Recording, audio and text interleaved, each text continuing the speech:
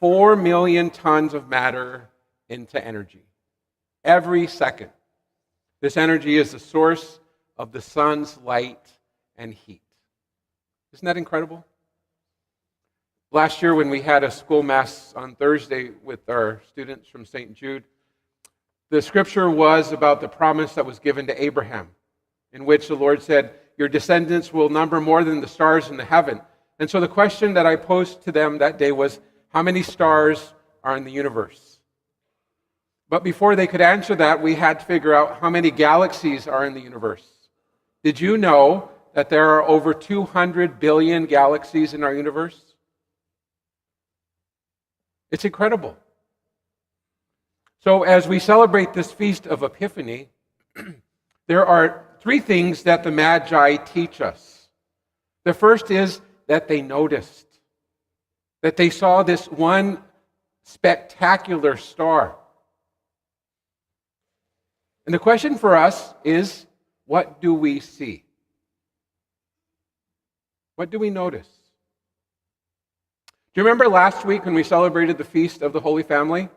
When Mary and Joseph brought in Jesus to be presented at the temple?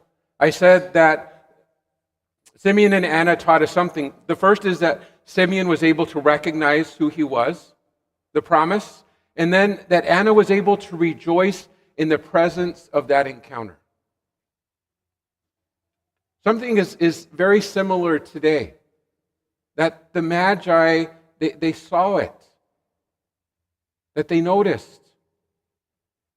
And really that's the invitation for us. The signs are all around us. One of my favorite, if not the favorite, scenes from the church year happens on Easter Vigil. And I wish that you could see what I see from here. So we start at the dark. The church is dark. It's evening. There's no light except the fire that's outside. We bless the fire. And then from the fire, we light the Paschal candle. And then the deacon 3 times elevates the candle and says, Christ our light. And then we respond, thanks be to God. The second time he does it there at the entrance of the church. And then from that candle, all the different candles are lit. And so from the back of the church, it's this incredible experience of the light. One person at a time. And before you know it, the church is filled. That's a great analogy. It's a great metaphor for we who have been baptized. Because part of the baptism rite is the candle is entrusted to the parents and the godparents and said, receive the light of Christ. And so then we are to share this light in the midst of our darkened world. We could talk about all the things that happen that are frustrating, that are challenging, that are difficult. And in that we are to share this light. So the first thing is that they noticed. And the second thing is that they did something about it. There's a contrast between the Magi and King Herod. So King Herod knew that something spectacular was happening, but he chose not to go. He chose not to do anything about it. And sometimes in our own faith life, we sometimes hesitate, don't we? Do you remember last week we talked about the 5 New Year's resolutions? Because we have in the next year 14 million choices to make. How are we doing so far? On January the 7th. So it's been 1 week now. How are we doing in our spiritual life? I was at the gym the other day and it was packed. All of the people are trying to work off the holiday pounds, right?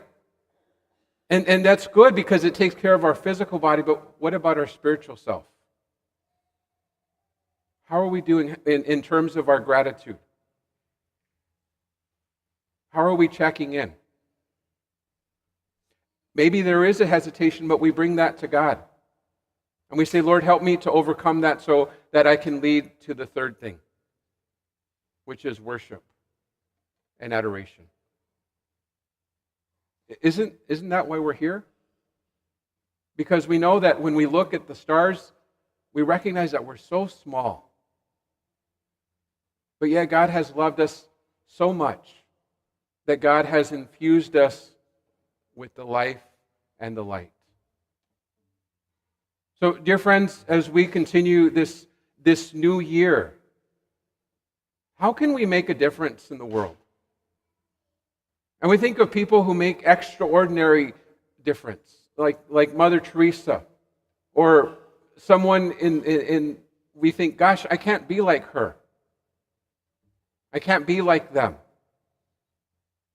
Well, we can in our attitude, in the very small ways that we choose to share. So as the Magi, they encountered the Lord and they worshiped, as we do today. A great question for us to consider is, what is the gift that we bring? They offered gold, frankincense, and myrrh. I don't know about you, but I don't have any of those. But we have the gift of ourselves. Recognize that each one of us has a special gift. Can we choose to share that gift this year? Have you ever been around someone who shines? Someone who just radiates this presence of God? For me, it's one of my cousins. Her name is Rosa. She stands about this tall. Rosa was orphaned.